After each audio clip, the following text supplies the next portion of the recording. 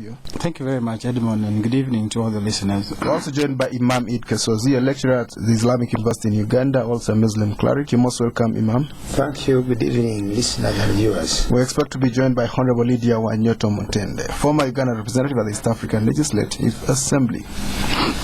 Imam Kasozi, Uganda tops in corruption. Why is this? Why is this? Because we have accepted to live with it, and everybody thinks that it is the way to go.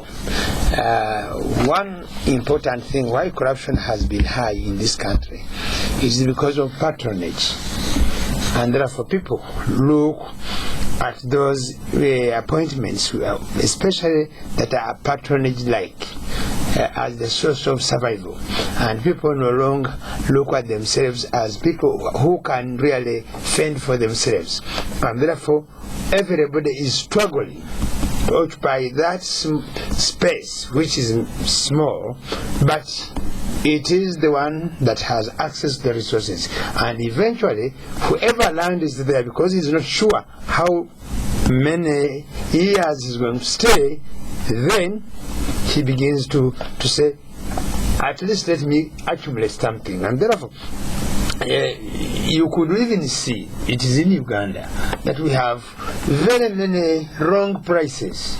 The pricing of items in this country, whether it is land, whether it is buildings, people they are speculators. And all this is caused because of, again, of patronage. And consequently, everybody thinks the only way out is to be corrupt. I want to give you a scenario. I have, while discussing this with my students in class, I told them that no, we need. Then they said, no, you are only one. I said no. Even if I'm one voice. That for them, according to them, they thought that one person cannot make a difference. Because I'm a religious person, I told them that no, all prophets you talk about, whether it is Jesus, whether it is Muhammad, whether it is Abraham, whether it is who, he was one, but he made a change, and that change had an impact on society. Therefore, what we see in Uganda, it is because everybody thinks that the only way of making ends meet, you have to be in those smaller positions around either the state, okay? And therefore, because they are appointed there in a very corrupt way, okay, they are not basing on anything. They are only waking up one morning and say, Kizito, Imam Kasozi, you take over. You see, I was, for example, analyzing the new appointments vis-a-vis the actual diplomatic missions of Uganda and the appointments they are made. And I said, clearly, if diplomats and the ambassadors are supposed to attract investors and attention of these big nations to think about us, then the appointment that was made is not proper. We need to revisit. So the whole idea of people trying to survive is the cause of this corruption. And therefore, how do we overcome it? First of all, we must rediscover ourselves as Ugandans, as citizens of this country, as people who have a role to play, as people who can ask questions. You see, I don't know how many times do you ask the local government in your area that why is this road not made, or why is it made in a bad way, or why is it that when you are making this road, why you need to put a culvert, eventually you don't put, and therefore people who are branching off from this main road have a problem of branching off. Some of the actually the smaller sub roads that are joining main roads eventually end up not functional just because the man who has made the road has not done the right thing. And what is the reason?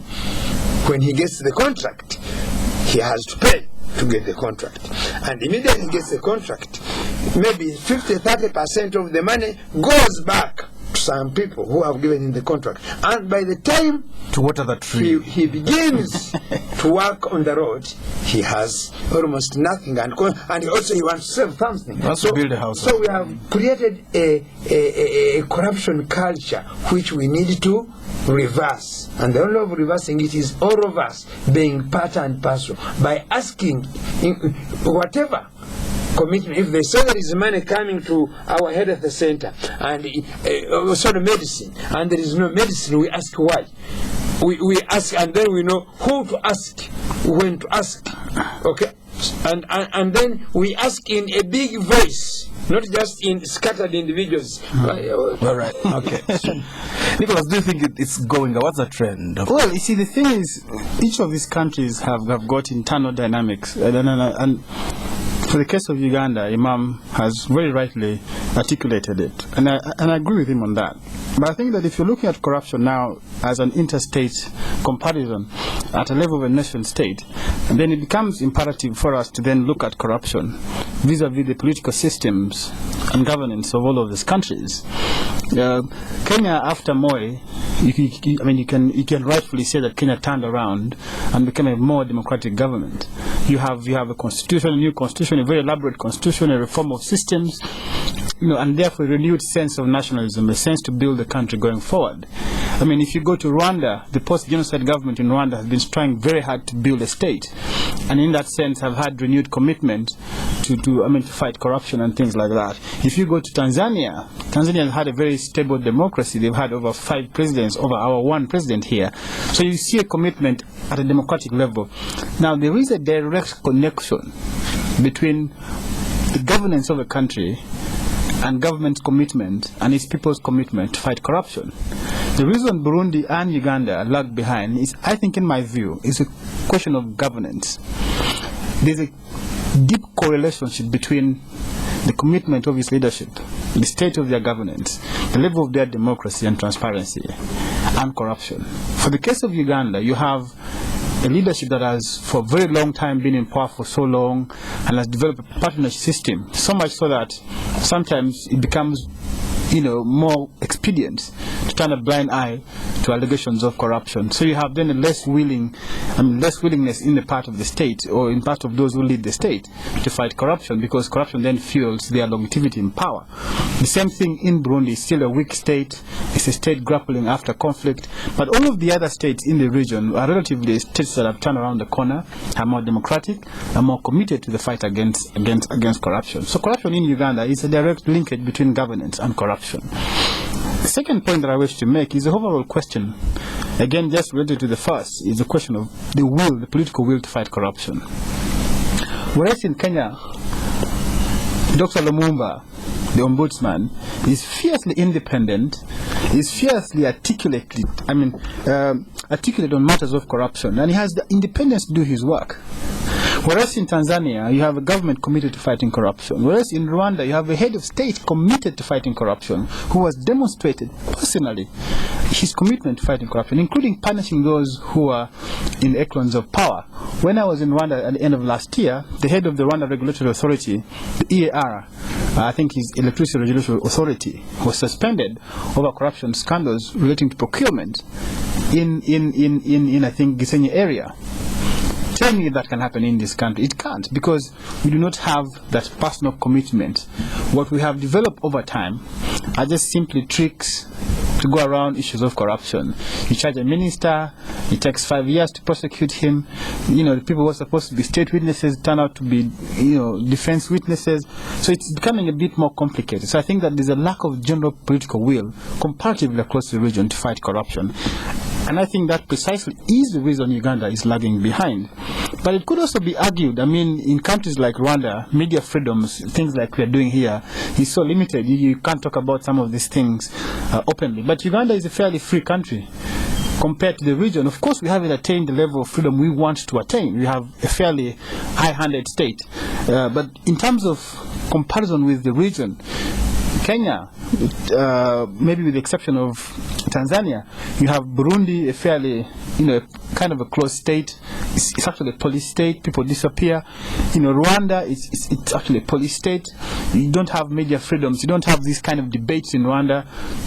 In fact, in Rwanda, anybody who holds contrary opinion like we do here would be considered an enemy of the state, and it's almost a personal battle between that person and the president. So Uganda is a fairly free country in that sense, and we talk about these issues with much abundance.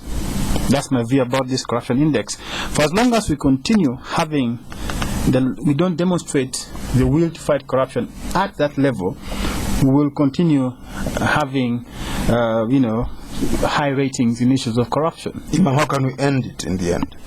Pray hard or what? No, you see, prayer is part of the process, but first of all is to sensitize the people, empower them, so that they know their rights and they know how to demand for them. Therefore, that is the only hope.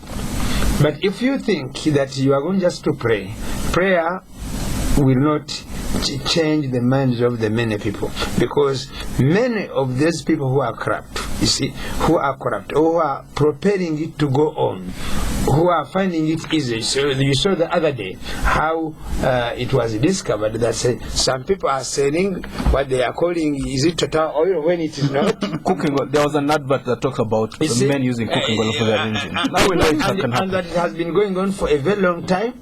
We need to go deep into this. You see, into various industries, the printing industry, the whatever. It's gone into the private sector. Exactly.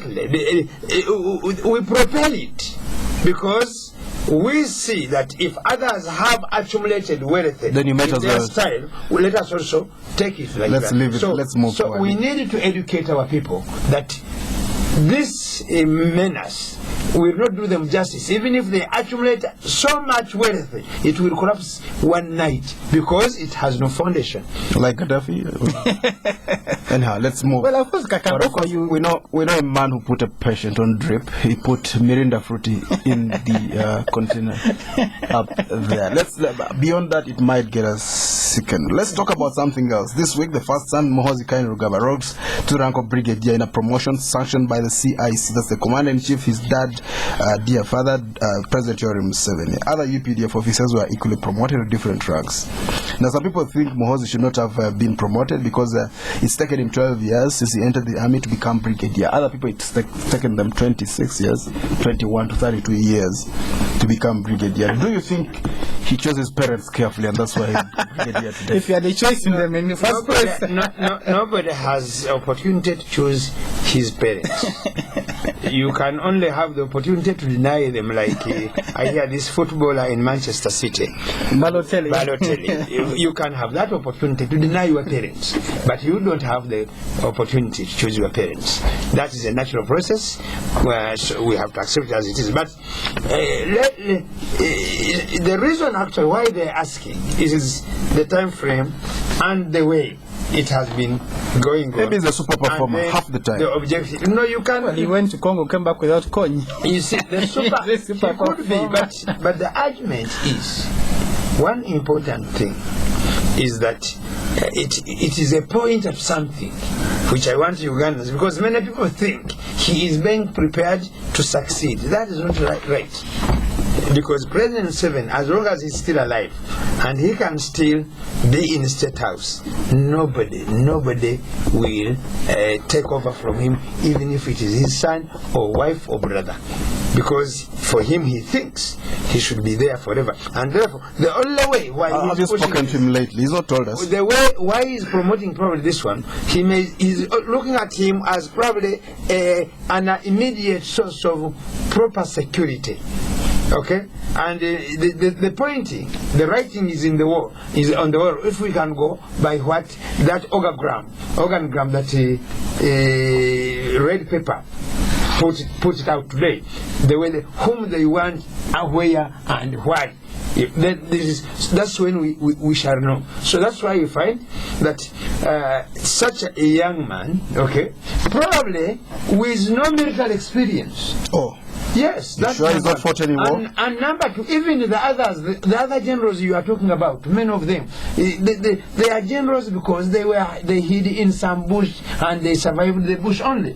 Some of them have no critical training that makes them generals. So somebody will actually add that the other people did not train. Muhoozi has been strategically positioned to train in Sandhurst, in some other positions, in some other military schools, because he had the opportunity. But the argument is, why him, not the other officers who joined before him, some of them highly qualified in terms of school education than him. Okay, some of them with superb brains. Yes. Why is it not them? So the whole idea is what we have been talking about: corruption, right, nepotism, and the attempt by President Museveni to create an oligarchy in this country is what can do. That's what I can attribute this rapid rise for this young man. The top. Of course, it has been said that one of the original 27 men that went into the bush with Museveni is still a colonel, which is a rank lower than brigadier. Nicholas, what's your reading? This man is doubly hardworking. Well, I don't know about his hardworking. I know that he led an incursion into the DRC to come back with Joseph Kony. What happened? I think he only got Joseph Kony's Kaunda suits and guitars. So I don't think he has a distinguished military record that he can speak of. Not even his dreadlocks. At least maybe I just don't know, but I don't think I know of any distinguished military record.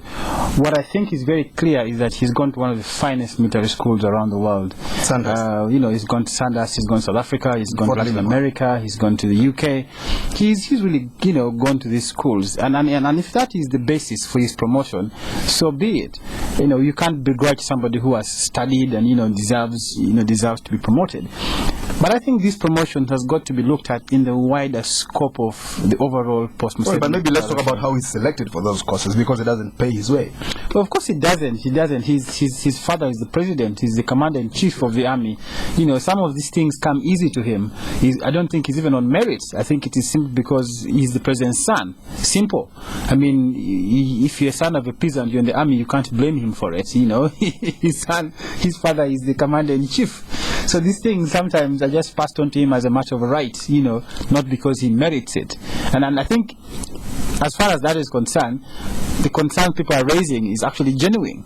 That you have professional career soldiers who joined the army perhaps in 1960s, 1970s, who perhaps were part of the 26 that joined his father in the bush when his boy was still a toddler somewhere, haven't yet risen to the ranks, where they're supposed to be, even in spite of. And you see, the thing is, you don't just look at Muhoozi. The anomalies in army promotion is very clear. You've had the case of General Moses Ali. He waited a long time. Even in retirement, he's being promoted. There's a beautiful article in the Monitor about this by, I think, Gawaya Tegule, asking what was the criteria for promoting somebody who had retired. That speaks of a wider lack of structured. Several of the retired ones have been promoted. Yeah, exactly. But many of them. That speaks of a lack of a wider structured way of promotion, criteria for promotion. It's about if you catch the eye of the president. But I think that Moses' promotion and his placements have got to be looked at a very strategic level, beyond just saying he's the president's son. One, every time he's been promoted, he's been given sensitive positions to hold. He's now the first family's chief bodyguard, by the way, if you don't know. He's a commander of the special forces. Essentially, President Museveni is telling you that he can only trust his safety and that of his family in the hands of his son. You can't begrudge him for that, can you? I mean, you can't begrudge him for that. But the point then is you have all these issues about a professional army, all these issues about an army that's supposed to be nationalistic in character, that should guard the state irrespective of whether he's a son or not. That then points to yet a lack of confidence in an army that has reached that stage. So I think that for me is what I actually find worrying. We had a whole defense review process that was headed by I think Awan Musoke.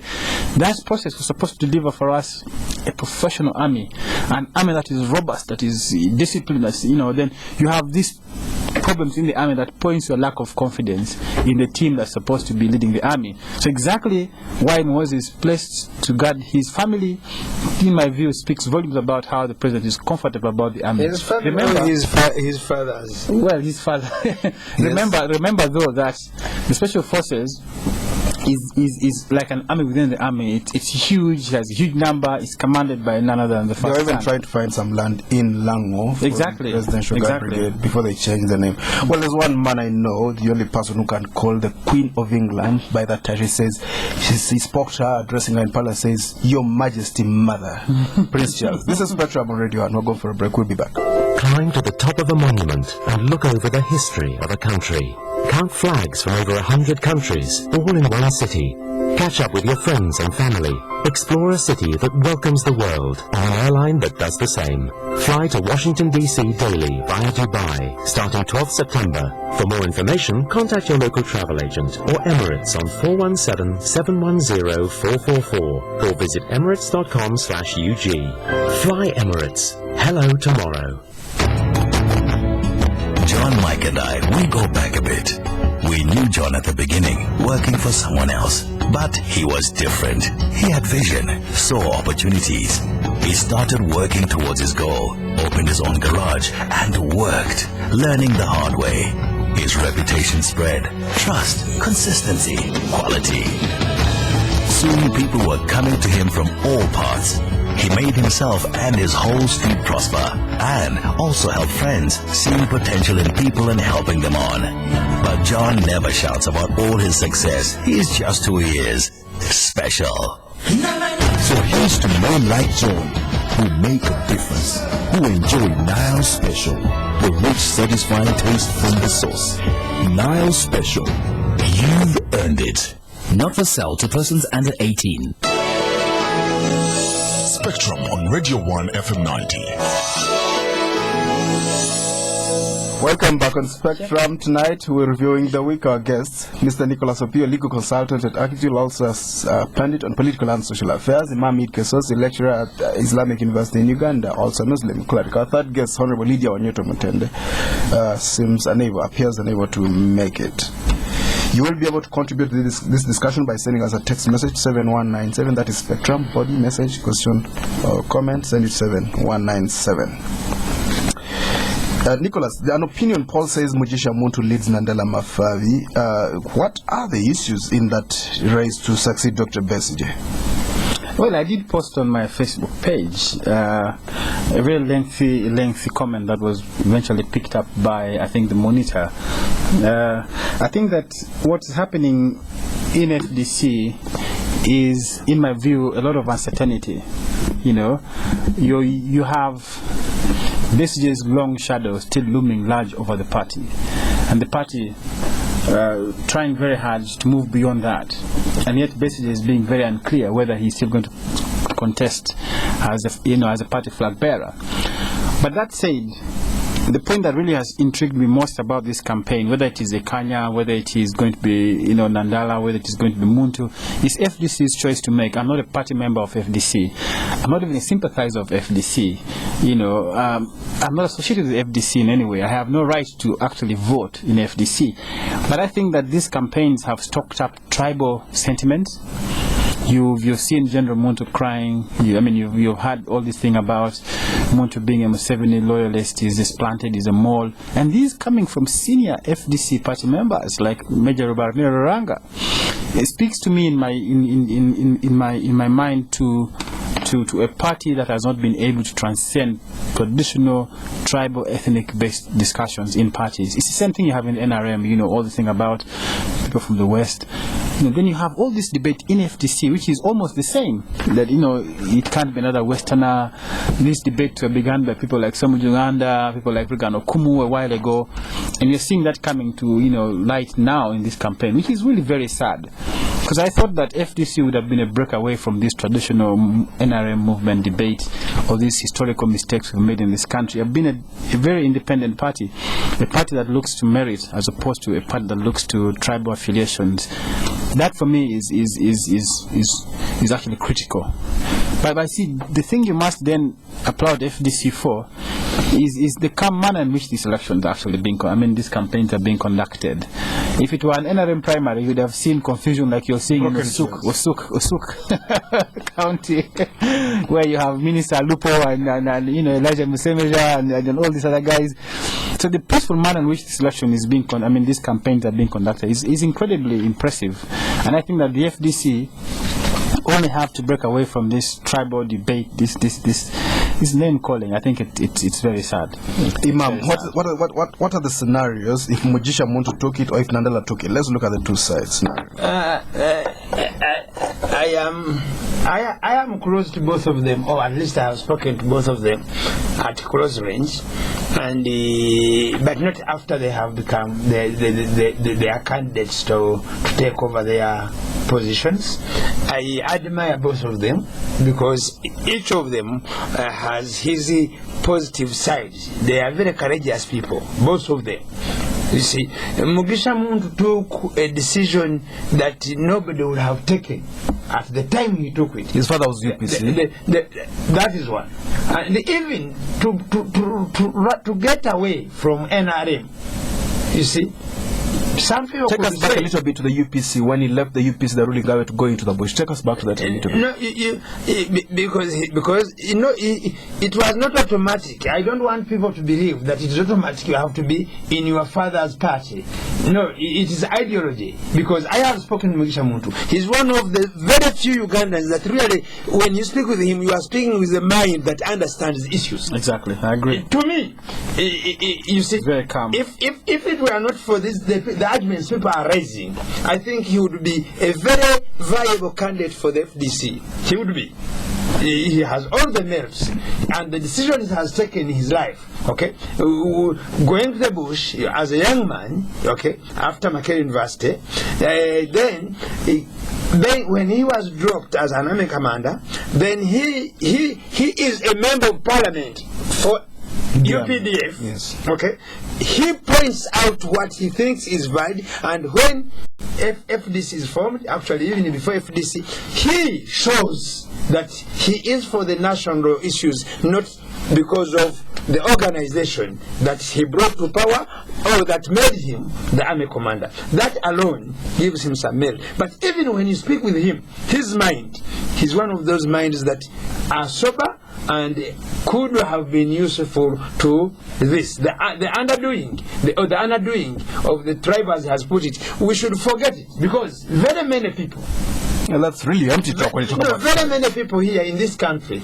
just use the idea of somebody's tribe, or because of what a previous leader has done, to damage the opportunities for this country. I for example, gave one typical example that, you know, Paulos, the late Ben Necto Chwanuka, you see, is one leader that Uganda lost because of those petty arguments that people bring about. And the shoes he left behind,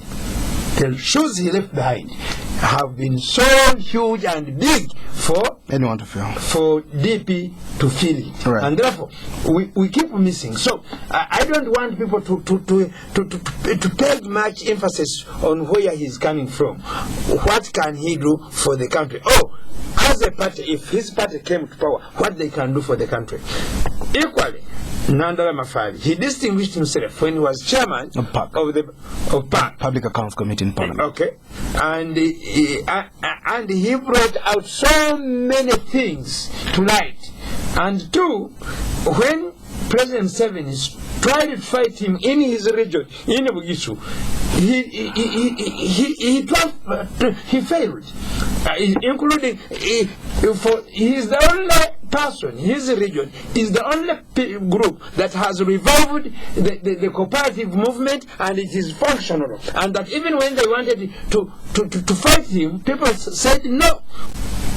Look, let us think again. So if we can have as many people as those in different parts of this country, and we think collectively like that, then we shall make it a headway. Therefore, this business of where somebody is coming from, to me, no longer matter very much. Because I want to give a fine example. Right.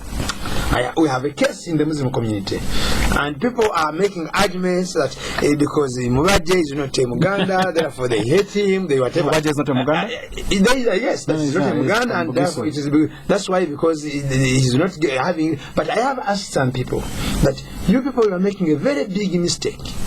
You are trying, you see, and some people who prepare this are people occupying some positions, right. And they are protecting their positions, by the way. People protect, even the people are talking about Mugisha like that or Nandala like that, they want to protect their positions in the party or in the organization, and consequently the masses suffer. So I have asked that Mubaje has been the Mufti for the last 12 years for all the Kampala. Therefore, the official one, Okay? Yes. What has hindered him to make a contribution that was not made in his region when he was not there?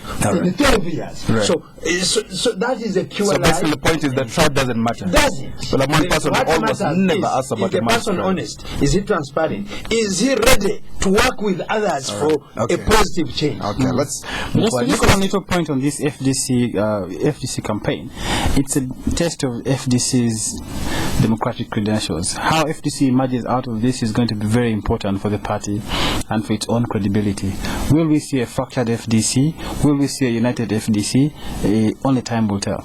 Briefly, some people have said that if Besigye is still saying he could stand, if Nandala came up, then some people think it would be a weak presidential candidate. So if Nandala became president of the FDC, then Besigye would be flag bearer. But if Mugisha Moto became president of FDC, then Mugisha Moto would be flag bearer. Is that a scenario that you see coming alive? Well, again, that I think is premised on tribal undertones. The fact that they are from one region.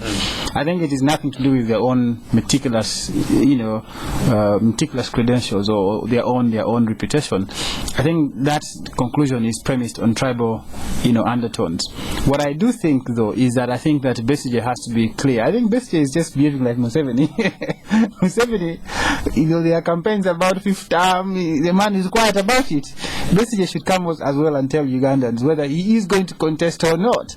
All this cliché about people will decide is just causing unnecessary suspicion for nothing. He needs to quite clearly state it that I'm not contesting. I will support and campaign for the party, the person the party will elect in this election.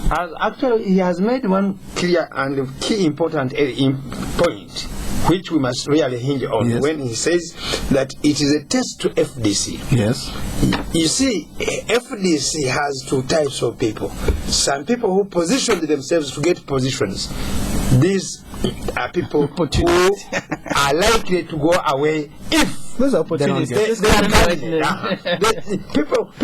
the party had only 3 candidates. Some people thought they would have maybe 12. That would show some kind of unity. No, let me tell you. Single mind. Well, that is key and primary. People who position themselves to get positions are very dangerous to any political setting, and therefore our political organizations should be sensitive enough. It's not a matter of positioning people, because the moment they lose their position, they move away. Aligning yourself to a possible success. That shows you the weakness. So it is a test for FDC and for all the other parties that are reorganizing themselves. Do you see any of those 3 men moving away if they lost it? Do you see any of them moving away if they lost it? Moving out? No, I don't think so. All right, let's move forward. Let's go to university right now. Yesterday, Chambo University was closed. It's later have just been joined by our third guest, Honorable Lydia Wanyoto Mutende, former Ugandan representative at the East African Legislative Assembly. You're most welcome, Madam.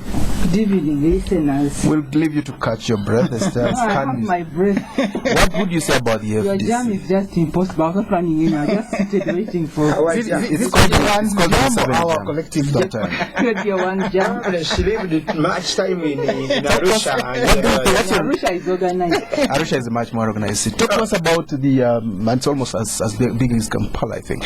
Talk to us about your own view of the FDC. Who do you think is going to take it, and what are the dynamics? What happens? First, You want a homeboy to win? I am not tribal. I'm nationalist. I congratulate FDC for the process they have begun to choose their leadership. They have made it an ownership thing. Their members are going to elect their leader, and also giving time to those who want to take leadership to roll out a campaign and a big thing. But from what we're reading in the papers, I want to urge them to be a bit neater, because they need each other. So rough campaigns, mudslinging is not what Ugandans want to see. We want to see credentials out there and a clean bill of who they are, so that their leaders, who are also Ugandans like us, pick the best. Because at the end of the day, if they take leadership, it's about Uganda, it's not about FDC or another party. So who is going to win? I think it is too early. And I don't even want to encourage opinion, because it's wrong, it's biasing the right of the voters. I think Ugandans should give FDC members a chance to elect their leaders without bias without interfering. I'm a member of the NRM party, so I don't want to be seen, even to imagine that I want to influence pedo the decision of the FDCs. When the time comes for NRM, I'll do our part. Thank you. All right, let's go to university right now. Chambogo University, Imam Kasozi was closed yesterday. You are a lecturer.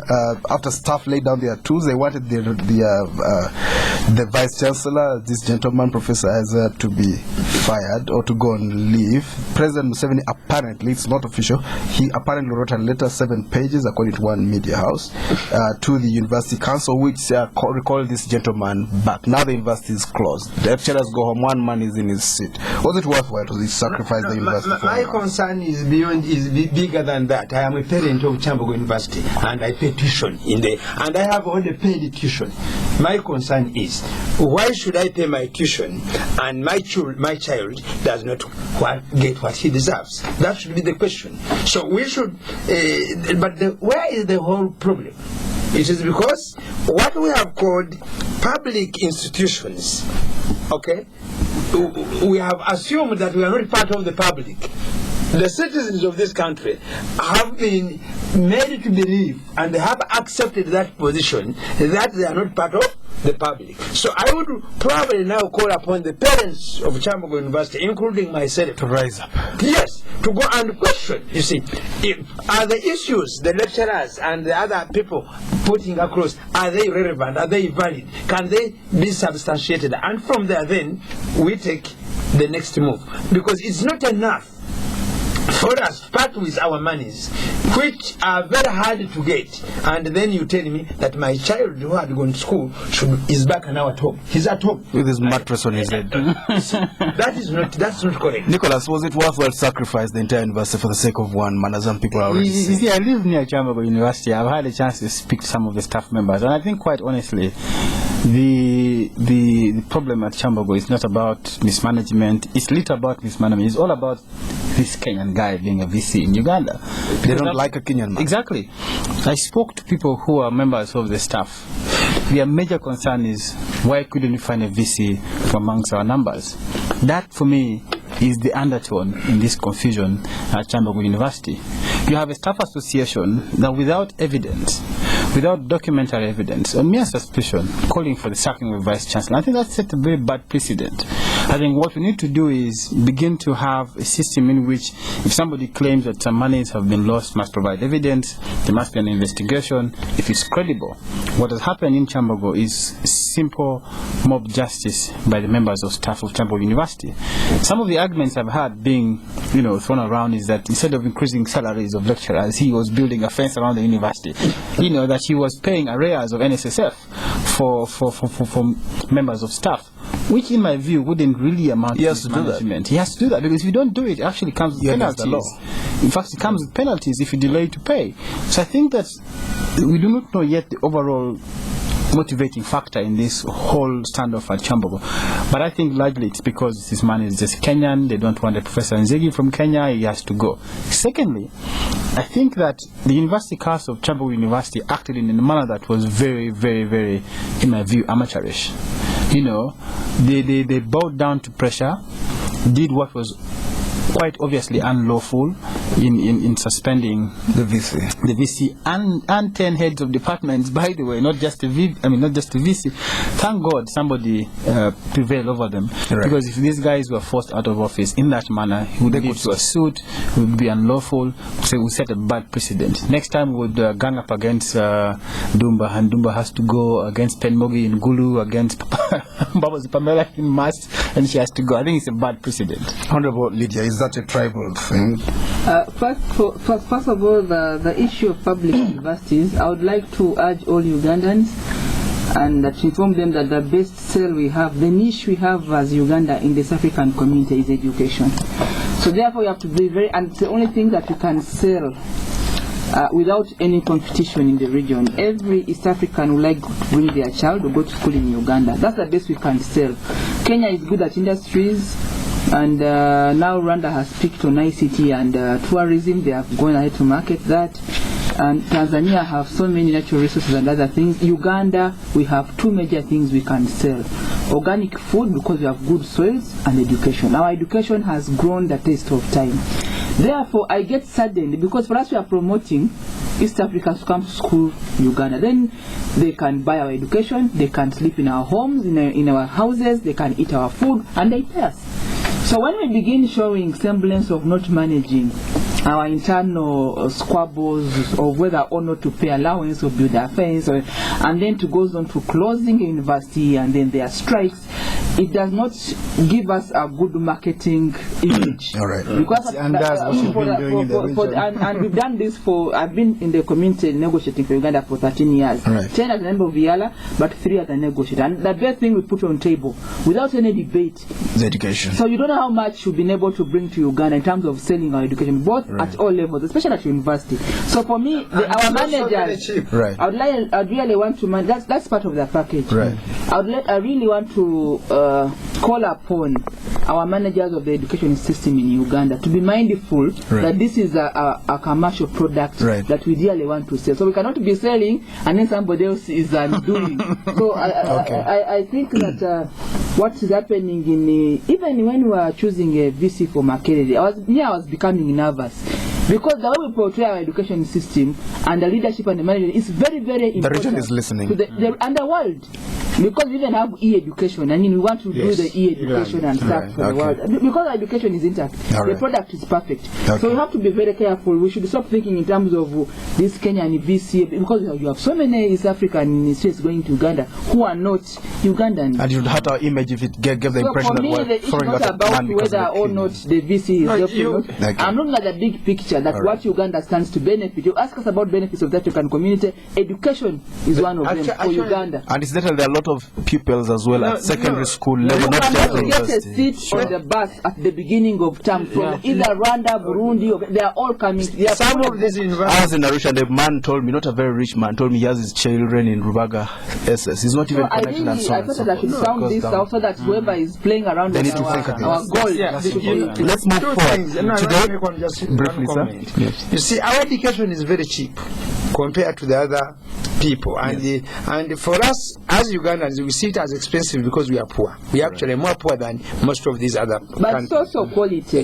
True. The second thing is that those who are denying Professor because he's a Kenyan, they're also making a very big, huge mistake. Some of the universities in this country, by the way, could have more than 50% of students non-Ugandans. I am seeing this in some universities. Okay, that's a tourism problem. Let's move forward. Nicholas, today Madiokolo County MP Martin Drito from the NRM revealed plans to push for the amendment of the constitution to provide for immunity to a former president as a move to encourage a peaceful transfer of power. Should we have that kind of clause? Some people think only a sitting president even sitting president should be impeachable or actionable in court. What's your view of this? Should we do that so we can get people leave power without worries? Well, you see, first, I think that it's important to discuss the overall question of our constitutional, reform. It's an important debate to have. Whatever that reform is about, whether it's about immunity, whether it's about term limits, whether it's about fifth term, whether it's about age limit, that debate needs to start now. And we shouldn't wait until the 11th hour when elections are around about the corner and begin having these discussions. I think it's important this debate must be had.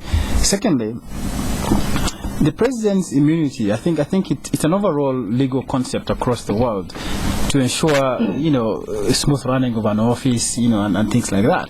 But there are also exceptions to that immunity. I mean, all of us know that heads of states have been dragged before the ICC. The cases are there for all of us to see. There are exceptions for mass violations of human rights. I mean, even at international level, the state sovereignty principles has exceptions. Even within the country, I think that there are exceptions under our law where the president can be dragged to court. For example, for electoral offences, the president can be dragged to court and tried for electoral offences. I think that also the president can be dragged to a court process through a tribunal in an impeachment proceeding. Right. So there are exceptions already. We've got to tread very carefully in that. But on the overall, I think that any process of transfer of power in this country is going to have to be negotiated, because there's all this debate about post-Museveni Uganda will be a troublesome country. It's going to have to be a negotiated arrangement in a manner that will ensure confidence moving forward. Because, like it or not, there's all this debate about Westerners, about Bahima, about this debate is real. And if power changes hands just like that, there's going to be either a reaction or a counteraction from whichever side. Okay. So any transitions will have to be negotiated. What deals we can give up, it's up in the air. Anybody can. All right. Honorable Lydia Wanyoto. The Honorable Rito says this is a thing he borrows from Kenya and Tanzania, that a former president should be immune from prosecution. Is that something that would please you? I have met Honorable Rito informally, and he was raising this issue because Parliament, there are other members of Parliament who have been able to launch in their own right what they are calling the fifth term for President Museveni. So there's a lot of debate around the presidency of President Museveni as a leader. And I am a lawyer, so sometimes I don't want to speculate. It's very dangerous to speculate. And today, our memories have been drawn to paying tribute to a distinguished lawyer of our time. I was in Parliament myself to pay tribute to the Honorable Justice Mlenga. I did work with him at the South African Court of Justice. He was one of our judges there. And now today, talking about it in the context of paying tribute to somebody that brought to Uganda the rule of law, not ruled by law. The question I put to Rita and the other people is that, do you think that even for our values, and this is very, very important, even for our values, must we legislate about them? Okay. We must lead by conscience and know what's right and wrong, even without law. And talking about amending constitutions when it suits us, how does that bring in the value systems of our country, the value systems of leadership? Is it because it suits one person, or is it because we want it for everybody? The Constitution of Uganda is grounded in very strong fundamental human rights tenets. One of them is Chapter 4, the Bill of Rights. There is the Article 26, 27, and 28 that talks about the presumption of innocence. All right. So if President Museveni is an innocent leader even after his presidency, why would anybody speculate that we should craft a lot to protect the passing of Justice Mlenga, Imam Kasozi? Let's hear from you. How would you remember him? Just because of this. You see, it is very unfortunate that at a certain time when you need some people, they pass away. Okay, they pass away. A lot has been said. I know Mlenga as a lawyer when he used to plead for people during the Oboteto regime. He was a really very, very candid lawyer, and he was always in court, him and Kayondo and others, over those big cases. So, and then later, in the constitutional making process, his contribution and what people value for. Then when he becomes judge, so in one sentence, I would say we have missed a person who we needed at this time. Nicholas Opiyo, you are as the chairperson of the Human Rights and Governance Committee of the Law Society, I think this is important. I've got to make this point. Please do. That the late Justice was an epitome of judicial sobriety. Nobody in the last 10 years, to my mind, has had such an impact on press freedoms, on human rights, on the bench, more than Justice Mlenga. His decision in the Nyangobo case to date remains one of the most outstanding decisions, not just in Uganda, but across the region, across Africa. And I think we've lost an exceptional judge, somebody who, even when he was in politics, was very sober. When he got onto the bench, he was bold. He had furious obedience to the rule of law. It was law or nothing else for him. And I think that we've lost him. You've just got to look at decisions coming out of our Supreme Court, and you miss Justice Mlenga. You will. I watched him when he was still an advocate of the High Court, arguing against for clients that were labeled treasonable people in those. They don't have to go though. Thank you very much, dear guests. Honorable Lydia Wanyoto Mutende, former Uganda representative of the East African Legislative Assembly. Thank you for coming tonight, madam. Mr. Nicholas Opiyo, legal consultant at AKIJUL, also political and social affairs expert. Imam Kasozi, lecturer at IUIU, also Muslim cleric. Thank you for tuning in. I've been your host, Edmond. We'll be back on. I just got a present. I've got to read this.